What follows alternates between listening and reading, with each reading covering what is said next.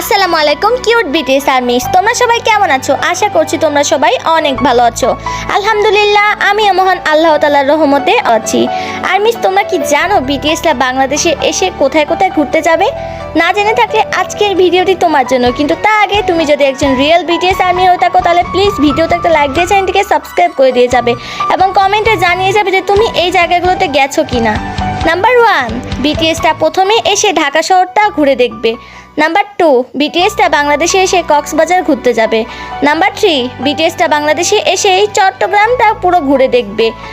Number 4, বিটিএসটা বাংলাদেশে এসে সিলেটের যে কিউট কিউট আর্মিদের সাথে সিলেটের চা বাগানগুলোতে বসে বসে চা খাবে।